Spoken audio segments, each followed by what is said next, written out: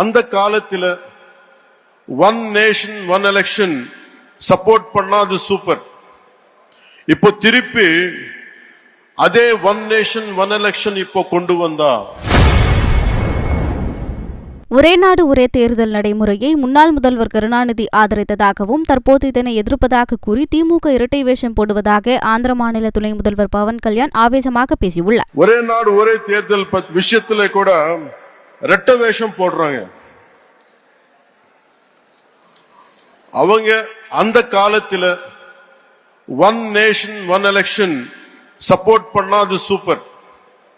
இப்போ திருப்பி அதே ஒன் நேஷன் ஒன் எலெக்ஷன் இப்போ கொண்டு வந்தா அது மோசம். இது எப்படி இருக்குன்னு தெலுங்குல சொல்றேன். அத்தை பகல் கொடுத்தே பார்த்தக்குண்டா, கோடல் பகல் கொடுத்தே கொத்தக்குண்டா. நான் தமிழ்ல சொல்றேன், தப்பா இருந்து கொஞ்சம் மன்னிக்கணும். மாமியார் உடைச்சா மண் குடம், மருமக உடைச்சா பொன் குடம். వాళ్ళు చేస్తారు, அவங்க பண்ணா ரைட்டு, நம்ம இது முன்னாடி எடுத்துன்னு போனா தப்பு. சோ ஒரே நாடு ஒரே தேர்தல் இந்தியாவுக்கு புதுசில்லை, நம்ம தமிழ்நாட்டுக்கும் புதுசில்லை.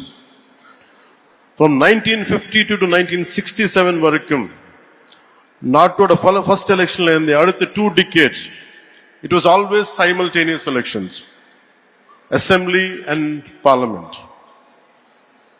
When the cycle was broken, simultaneous இருக்கணும்னு இன்சிஸ்ட் பண்ணது வேற யாரோ இல்ல, அன்னைக்கு சீஃப் மினிஸ்டர் கலைஞர் கருணாநிதி அவர்கள்.